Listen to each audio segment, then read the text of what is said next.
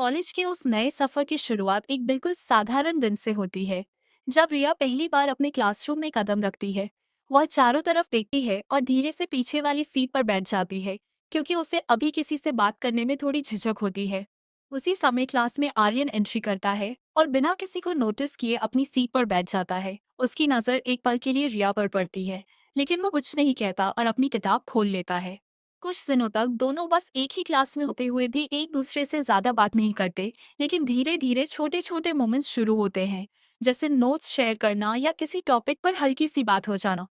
एक दिन प्रोजेक्ट के लिए टीचर दोनों को एक ही ग्रुप में डाल देते हैं और यहीं से उनकी असली बातचीत शुरू होती है। पहले तो दोनों सिर्फ काम की बातें करते हैं, लेकिन फिर धीरे धीरे बातचीत थोड़ी आसान और नेचुरल होने लगती है। रिया को महसूस होने लगता है कि आर्यन उतना रिजर्व नहीं है जितना वह दिखता है, और आर्यन को भी लगता है कि रिया काफी समझदार और अलग सोच रखने वाली है। समय के साथ दोनों लाइब्रेरी में साथ बैठने लगते हैं, कैंटीन में एक साथ दिखने लगते हैं, और अब उनकी बातचीत सिर्फ प्रोजेक्ट तक सीमित नहीं रहती। निशा, जो रिया की सबसे अच्छी दोस्त होती है, वह यह सब नोटिस करती है और उसे हल्के तरीके से टीज भी करने लगती है, लेकिन रिया हर बार बात को टाल देती है। एक दिन कॉलेज से वापस जाते वक्त अचानक बारिश शुरू हो जाती है और रिया फंस जाती है। तभी आर्यन उसके पास आता है और दोनों एक ही छत के नीचे खड़े होकर बारिश रुकने का इंतजार करने लगते हैं। वह छोटा सा पल दोनों के बीच एक अलग सा कनेक्शन बना देता है, जहां बिना ज्यादा कुछ कहे भी बहुत कुछ समझ आने लगता है। इसके बाद उनकी दोस्ती और मजबूत होने लगती है, लेकिन दोनों अभी भी अपनी फीलिंग्स को लेकर क्लियर नहीं होते और बस समय के साथ सब कुछ आगे बढ़ने देते हैं। रिया को अब हर दिन का इंतजार रहने लगता है, क्योंकि अब उसकी दिनचर्या में आर्यन का होना जरूरी सा लगने लगता है। सुबह कॉलेज जाना और दिन भर में कई बार उससे मिलना अब उसके लिए खास बन चुका होता है। आर्यन भी अब पहले जैसा नहीं रहता, वो भी रिया से बात करने के मौके ढूंढने लगता है, कभी नोट्स के बहाने तो कभी किसी छोटे से सवाल के जरिए वो बातचीत शुरू कर देता है। धीरे धीरे दोनों के बीच एक सहजपन आ जाता है, जहां अब उन्हें बात करने के लिए किसी वजह की जरूरत नहीं पड़ती। वे बिना सोचे समझे एक दूसरे से हर छोटी बड़ी बात शेयर करने लगते हैं। एक दिन निशा रिया से सीधा पूछ लेती है कि क्या उसे आर्यन पसंद है। रिया पहले तो बात टालने की कोशिश करती है, लेकिन फिर चुप हो जाती है, क्योंकि उसके पास उसका साफ जवाब नहीं होता। उसके बाद रिया खुद भी सोचने लगती है कि आखिर वो जो महसूस कर रही है वह सिर्फ दोस्ती है या कुछ और। वह हर उस पल को याद करती है जब आर्यन उसके साथ होता है और उसे अच्छा लगता है। उधर आर्यन भी अपने आप में थोड़ा बदलने लगता है। वह अब रिया के सामने ज्यादा खुलकर बात करने लगता है और उसकी बातें ध्यान से सुनता है, जैसे उसकी हर बात उसके लिए मायने रखती हो। कुछ दिनों बाद कॉलेज में एक छोटा सा फंक्शन होता है, जहां सभी स्टूडेंट्स इकट्ठा होते हैं। उसी दौरान रिया और आर्यन भी साथ होते हैं और पहली बार दोनों एक दूसरे को अलग नजर से देखने लगते हैं। उस दिन के बाद उनके बीच की दूरी और कम हो जाती है, लेकिन साथ ही एक हल्की सी झिझक भी आ जाती है, क्योंकि अब दोनों को कुछ कुछ समझ आने लगता है। एक शाम कॉलेज के बाद जब सब लोग जा चुके होते हैं, रिया कैंपस के गार्डन में अकेली बैठी होती है। हल्की हवा चल रही होती है और वो बस अपने ख्यालों में खोई होती है। तभी आर्यन धीरे से उसके पास आकर बैठ जाता है। कुछ पल दोनों के बीच चुप्पी रहती है।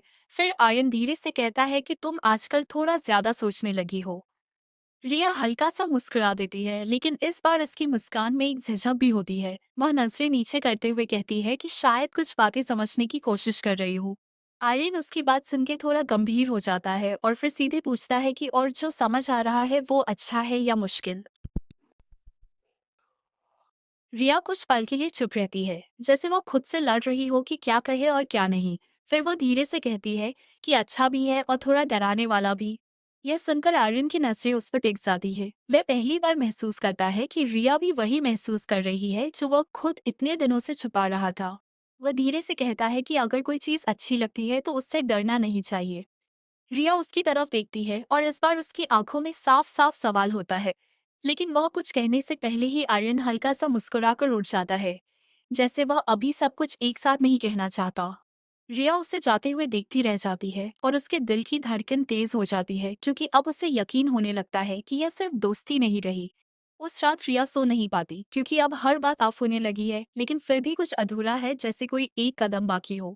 अब कहानी उस मोड़ पर आ गई है जहां सिर्फ एक सच का इंतजार है। क्या आर्यन पहले अपनी फीलिंग्स बताएगा या रिया हिम्मत करके सब कुछ कह देगी, या फिर कोई ऐसा पल आएगा जो सब कुछ खुद ही सामने ला देगा। अगले दिन रिया कॉलेज पहुंचती है, लेकिन इस बार उसका ध्यान पढ़ाई में कम और आर्यन को देखने में ज्यादा होता है। वह बार बार क्लास के दरवाजे की तरफ देखती है, जैसे उसे बस उसी का इंतजार हो।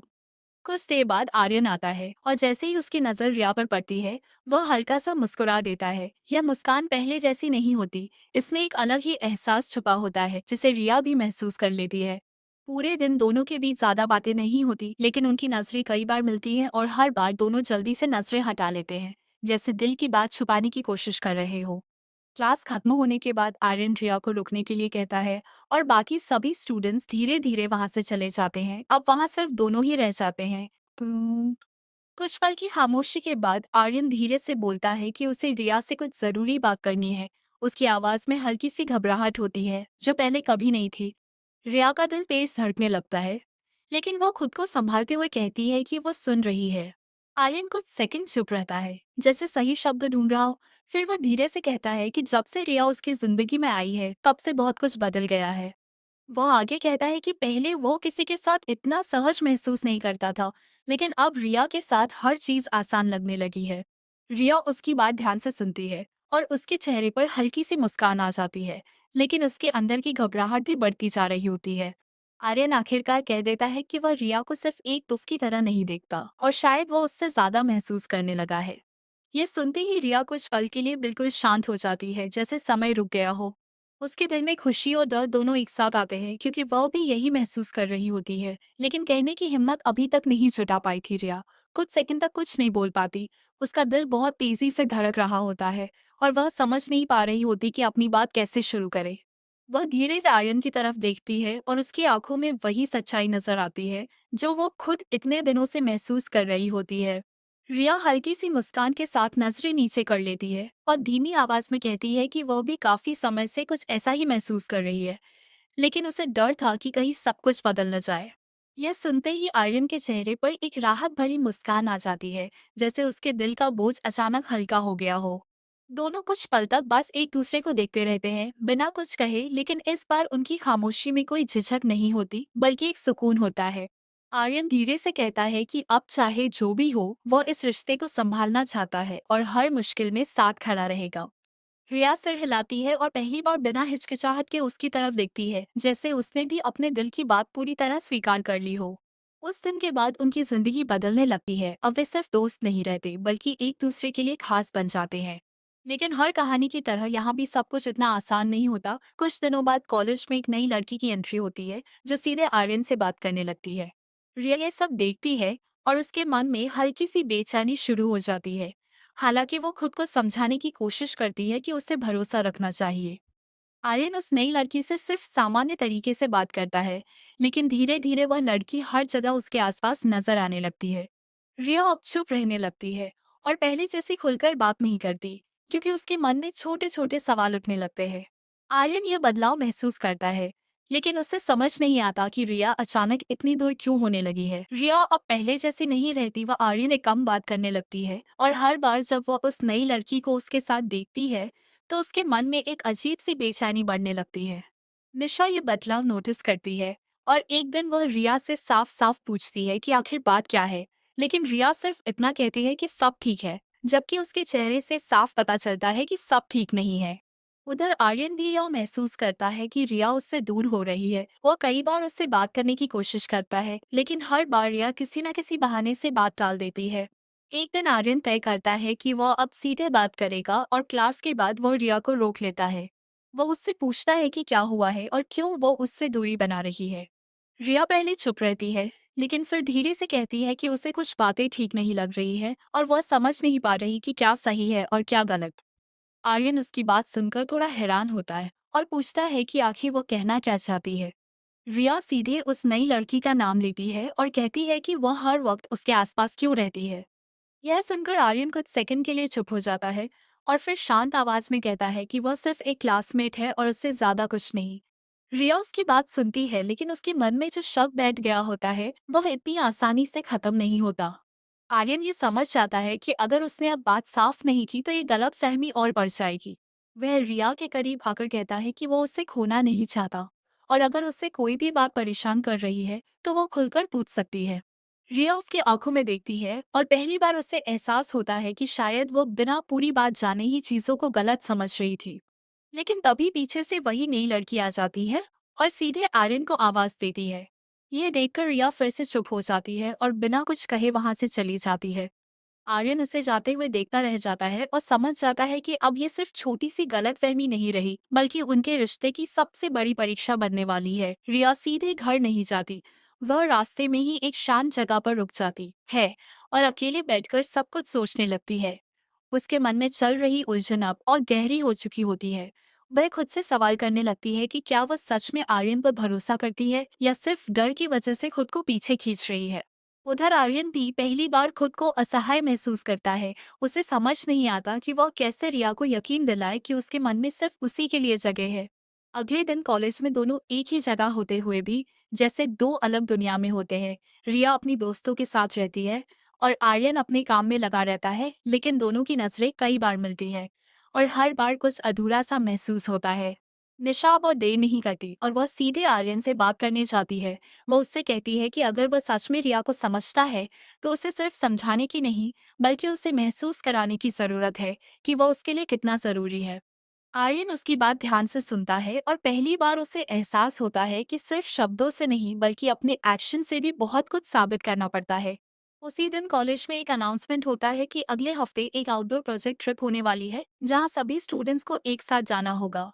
आर्यन के दिमाग में एक प्लान आता है और वह तय करता है कि यही सही मौका है सब कुछ ठीक करने का।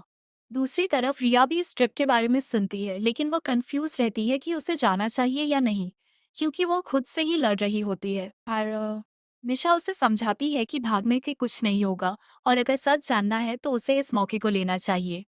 रिया आखिरकार जाने का फैसला करती है, लेकिन इस बार उसके मन में साफ होता है कि वह अब किसी बात को अनकहा नहीं छोड़ेगी। ट्रिप का दिन आ जाता है और सभी स्टूडेंट्स सुबह जल्दी कॉलेज में इकट्ठा होते हैं। माहौल थोड़ा उत्साहित और थोड़ा हलचल भरा होता है, लेकिन रिया के अंदर अब भी हल्की सी उलझन बनी रहती है। रिया बस में चढ़ती है और खिड़की वाली सीट पर बैठ जाती है। वो बाहर देखने लगती है, जैसे खुद को शांत रखने की कोशिश कर रही हो। कुछ ही देर में आर्यन भी बस में आता है। उसकी नजर सीधे रिया पर जाती है, लेकिन इस बार वो तुरंत उसके पास नहीं जाता, बल्कि थोड़ा सोचकर पीछे वाली सीट पर बैठ जाता है।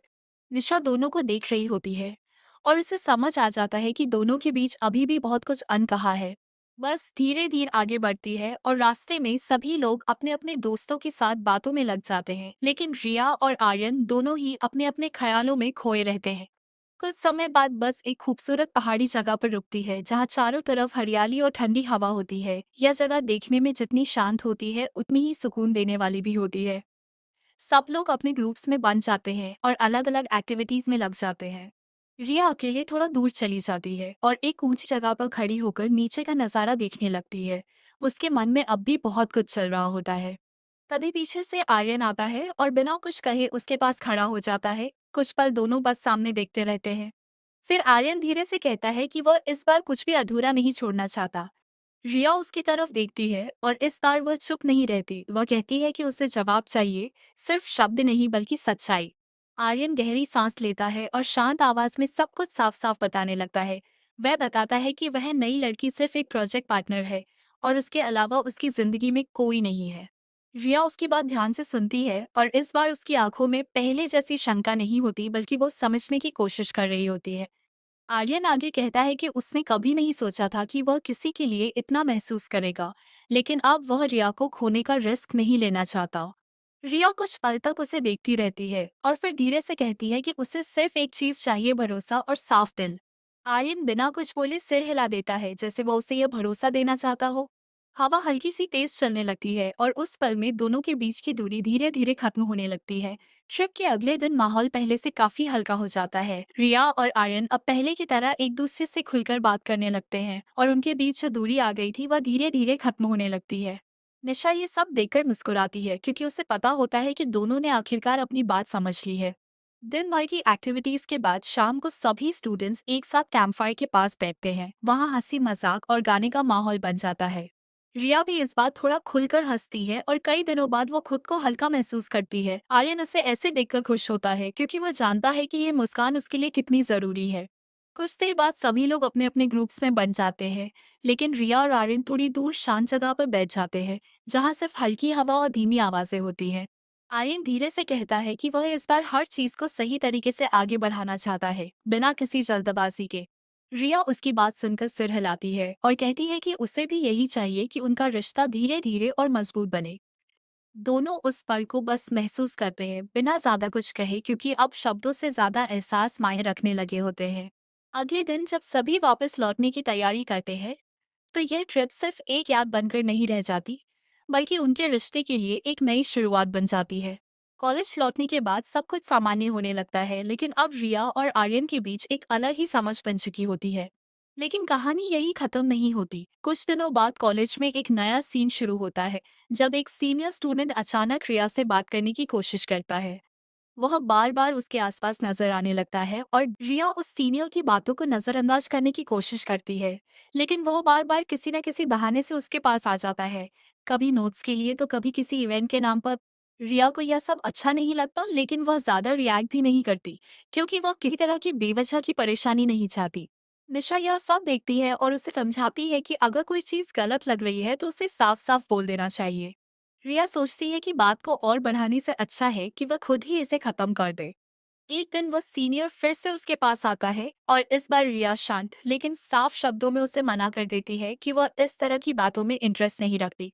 वह सीनियर कुछ पल के लिए चुप हो जाता है और फिर बिना कुछ कहे वहां से चला जाता है, लेकिन उसके चेहरे पर हल्की सी नाराजगी नजर आती है। उधर आर्यन दूर से यह सब देख रहा होता है और उसे राहत मिलती है कि रिया ने खुद ही बात साफ कर दी। लेकिन उसी समय उसके मन में एक और एहसास आता है कि जैसे रिया ने खुद को संभाला, वैसे ही उसे भी अपने भरोसे को बनाए रखना होगा। उस दिन के बाद आर्यन रिया के साथ पहले से ज्यादा समय बिताने लगता है, लेकिन इस बार वो उसे स्पेस भी देता है, ताकि उनका रिश्ता बैलेंस बना रहे। रिया भी यह बदलाव महसूस करती है और उसे अच्छा लगता है कि अब उनके बीच समझ पहले से ज्यादा गहरी हो गई है। धीरे धीरे दोनों का रिश्ता और मजबूत होने लगता है, जहां अब छोटी छोटी बातें उन्हें तोड़ने की बजाय और करीब लाने लगती हैं। कॉलेज की लाइफ अपने फ्लो में चलती रहती है, लेकिन अब उनके बीच एक अलग ही कनेक्शन बन चुका होता है, जो सिर्फ साथ रहने से नहीं बल्कि एक दूसरे को समझने से बना होता है। लेकिन हर कहानी में एक ऐसा मोड़ जरूर आता है जो सब कुछ बदल सकता है, और यहाँ भी कुछ ऐसा ही होने वाला होता है। एक दिन रिया को अचानक एक मैसेज मिलता है किसी अनजान नंबर से, जिसमें सिर्फ इतना लिखा होता है कि कुछ सच ऐसे होते हैं जो सामने आने के बाद सब कुछ बदल देते हैं। रिया उस मैसेज को पढ़कर कुछ पल के लिए रुक जाती है, क्योंकि उसे समझ नहीं आता कि ये मजाक है या किसी नई परेशानी की शुरुआत। रिया उस मैसेज को बार बार पढ़ती है और सोचने लगती है कि आखिर ये किसने भेजा है और क्यों भेजा है। वो पहले इसे इग्नोर करने का सोचती है, लेकिन उसके मन में एक अजीब सी बेचैनी बनी रहती है, जैसे यह सिर्फ एक मजाक नहीं है। अगले दिन कॉलेज में भी उसका ध्यान बार बार उसी बात पर चला जाता है और वो थोड़ा खोई खोई सी नजर आती है। आर्यन ये नोटिस करता है और उससे पूछता है कि क्या बात है, लेकिन रिया पहले कुछ नहीं बताती। कुछ देर बाद जब आर्यन बार बार पूछता है तो रिया उसे वह मैसेज दिखा देती है। मैसेज पढ़कर आर्यन भी कुछ पल के लिए सोच में पड़ जाता है, क्योंकि बात सीधी सी लगते हुए भी थोड़ी अलग लग रही होती है। वह रिया से कहता है कि हो सकता है कोई मजाक कर रहा हो, लेकिन फिर भी इसे हल्के में लेना सही नहीं होगा। निशा भी जब यह बात सुनती है तो वह कहती है कि पहले ये पता करना जरूरी है कि यह नंबर किसका है। तीनों मिलकर उस नंबर पर कॉल करने की कोशिश करते हैं, लेकिन कॉल नहीं लगती और हर बार फोन स्विच ऑफ बताता है। यह बात उन्हें और ज्यादा सोचने पर मजबूर कर देती है, क्योंकि अब ये सिर्फ एक नॉर्मल मैसेज नहीं लग रहा होता। रिया धीरे धीरे महसूस करने लगती है कि शायद यह सब उसी सच्चाई से जुड़ा है जिसका जिक्र पहले भी हुआ था। आर्यन उसे संभालते हुए कहता है कि चाहे जो भी हो, इस बार वो अकेली नहीं है और वे साथ मिलकर हर चीज का सामना करेंगे। रिया उसकी बात सुनकर थोड़ा शांत होती है, लेकिन उसके मन में अब भी कई सवाल घूम रहे होते हैं। शाम को जब रिया घर पहुंचती है तो उसे फिर से उसी नंबर से एक और मैसेज आता है, जिसमें लिखा होता है कि अगर सच जानना है तो कल शाम पुरानी लाइब्रेरी के पीछे आना। मैसेज पढ़ते ही रिया का दिल तेज धड़कने लगता है, क्योंकि अब यह साफ हो जाता है कि कोई जानबूझकर उन्हें वहां बुला रहा है। रिया उस मैसेज को देखकर कुछ देर तक चुप रहती है और फिर वह तुरंत आर्यन को कॉल करती है। आर्यन उसकी आवाज सुनते ही समझ जाता है कि बात सीरियस है और वह उससे पूरी बात सुनता है।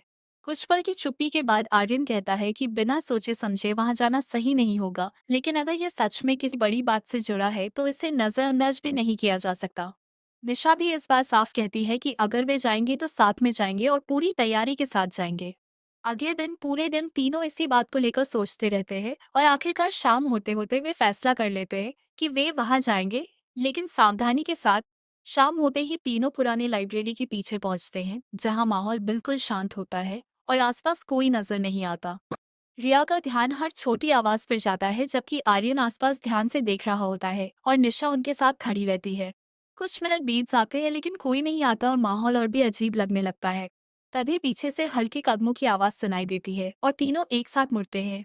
उनके सामने वही सीनियर खड़ा होता है जो पिछले कुछ दिनों से रिया के आसपास नजर आ रहा था। रिया उसे देखकर हैरान हो जाती है और समझ जाती है कि मैसेज उसी ने भेजा था। वह सीनियर शांत आवाज में कहता है कि उसे पता था वे लोग आएंगे, क्योंकि कुछ सवाल ऐसे होते हैं जिनका जवाब इंसान खुद ढूंढने आता है। आर्यन तुरंत आगे बढ़ता है और उससे पूछता है कि आखिर ये सब क्या है और वो उन्हें यहाँ क्यों बुला रहा है। वह सीनियर बिना घबराए कहता है कि जो बात वो बताने वाला है वो उनकी सोच से भी बड़ी है और इसका सीधा संबंध रिया के अतीत से है। रिया ये सुनकर चुप हो जाती है, क्योंकि उसे समझ नहीं आता कि उसका अतीत इसमें कैसे जुड़ सकता है। वह सीनियर धीरे से कहता है कि जो लोग उसके सबसे करीब है, शायद वही पूरी सच्चाई नहीं जानते। यह सुनकर माहौल फिर से भारी हो जाता है और तीनों के बीच एक अनकहा डर और जिज्ञासा दोनों बढ़ने लगते हैं। रिया उस सीनियर की बात सुनकर कुछ पल के लिए चुप रहती है और फिर धीरे से पूछती है कि उसका अतीत आखिर इस सब से कैसे जुड़ा हो सकता है। वो सीनियर एक कदम आगे बढ़ता है और कहता है कि हर किसी की जिंदगी में कुछ ऐसी बातें होती है जो सामने नहीं आती, लेकिन उनका असर हमेशा रहता है। आर्यन उसकी बात ध्यान से सुनता है, लेकिन वो बीच में ही कहता है कि अगर कुछ कहना है तो साफ साफ कहे, क्योंकि इशारों में बात करने से सिर्फ कंफ्यूजन बढ़ेगा। वह सीनियर हल्का सा सिर हिलाता है और कहता है कि कुछ साल पहले जो हुआ था वह सिर्फ एक छोटी सी घटना नहीं थी, बल्कि उसके पीछे बहुत कुछ छुपा हुआ था। रिया यह सुनकर थोड़ा असहज हो जाती है, क्योंकि उसे अपने अतीत की कुछ धुंधली यादें आने लगती हैं जिन्हें वह हमेशा नजरअंदाज करती आई थी।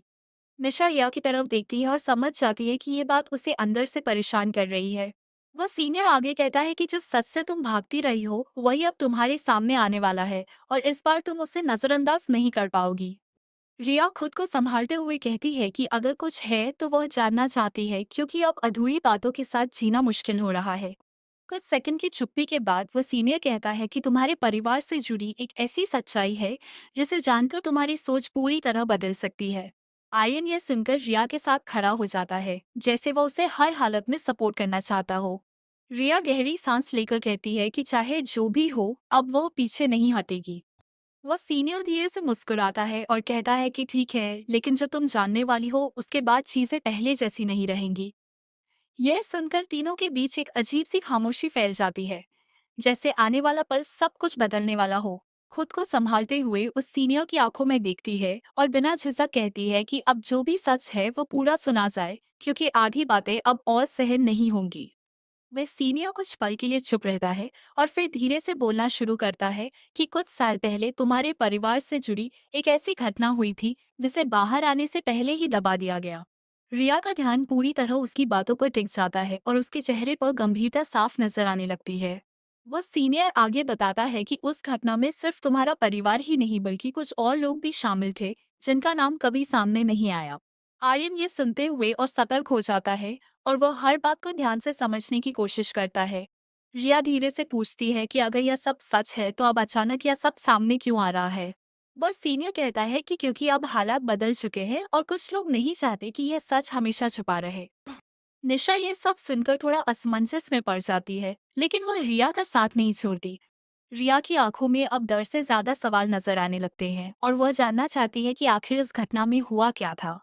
वह सीनियर कहता है कि सच जानने के लिए तुम्हें अपने ही घर से शुरुआत करनी होगी, क्योंकि ज्यादा बाहर नहीं बल्कि वही छुपे हुए हैं। यह सुनकर रिया कुछ पल के लिए खामोश हो जाती है, क्योंकि ये बात उसके लिए आसान नहीं होती। आर्यन धीरे से कहता है कि चाहे जो भी हो वो उसके साथ है और वे मिलकर हर सच का सामना करेंगे। रिया उसकी बात सुनकर थोड़ा मजबूत महसूस करती है और फिर धीरे से सिर हिलाती है, जैसे उसने मन ही मन कोई फैसला ले लिया हो। वो कहती है कि अब समय आ गया है कि वो अपने अतीत से भागना बंद करे और सच का सामना करे। ये सुनते ही माहौल फिर से बदल जाता है और ये साफ हो जाता है कि अब कहानी का अगला हिस्सा और भी गहरा और महत्वपूर्ण होने वाला है। अब उनका अगला कदम सिर्फ एक सवाल का जवाब नहीं बल्कि पूरी सच्चाई को सामने लाने की शुरुआत बनने वाला होता है। अगले दिन रिया पूरे दिन शांत रहती है, लेकिन उसके मन में वही बात बार बार घूमती रहती है कि सच उसके अपने घर में छुपा हुआ है। शाम को जब वो घर पहुंचती है तो माहौल सामान्य लगता है, लेकिन इस बार उसे हर चीज अलग नजर आने लगती है, जैसे हर बात के पीछे कोई छुपा हुआ मतलब हो। वो धीरे से अपने कमरे में जाती है और कुछ देर तक अकेले बैठकर सोचती है कि उसे शुरुआत कहाँ से करनी चाहिए। उधर आर्यन और निशा भी उसके फैसले का इंतजार कर रहे होते हैं, क्योंकि वे जानते हैं कि ये कदम आसान नहीं होगा। कुछ देर बाद रिया अपने पुराने सामान को देखने लगती है और एक पुरानी डायरी उसके हाथ लगती है, जिसे उसने सालों से नहीं खोला होता। वह डायरी खोलती है और उसमें लिखी कुछ बातें पढ़ते ही उसका ध्यान एक खास तारीख पर टिक जाता है। उसे याद आता है कि उसी समय उसके घर में कुछ ऐसा हुआ था जिसके बारे में कभी खुलकर बात नहीं हुई। रिया अब धीरे धीरे उस कड़ी को जोड़ने लगती है और उसे महसूस होता है कि शायद वही घटना इस पूरी कहानी की शुरुआत थी। वह तुरंत आर्यन को कॉल करती है और उसे सारी बात बताती है। आर्यन बिना देर किए उससे मिलने के लिए कहता है और निशा भी उनके साथ जुड़ जाती है। तीनों मिलकर तय करते हैं कि अब आधी जानकारी के साथ नहीं बल्कि पूरी सच्चाई जानकर ही आगे बढ़ेंगे। रिया के मन में अब डर कम और हिम्मत ज्यादा होती है, क्योंकि उसने सच का सामना करने का फैसला कर लिया होता है। अगले ही पल वो अपने घर के एक ऐसे हिस्से की तरफ बढ़ती है जहां वो पहले कभी ध्यान नहीं देती थी।